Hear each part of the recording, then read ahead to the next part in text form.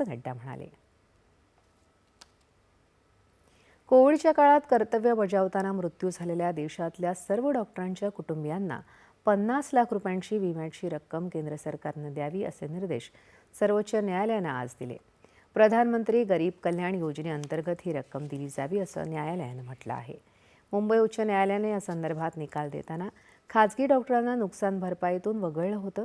तो निर्णय रद्द ठरवत न्यायमूर्ती PS नरसिंहा आणि R महादेवन यांच्या पीठानं आज हा निर्णय दिला.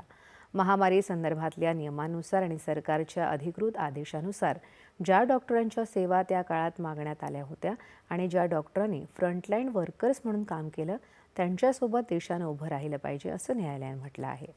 मात्र ही रक्कम देताना डॉक्टरांचा मृत्यू कोविडसाठी कर्तव्य बजावतानाच झाला याची खातरजमा पुराव्यानिशी केली जावी, नंतरच दावा मंजूर केला जावा असंही न्यायालयानं म्हटलं आहे.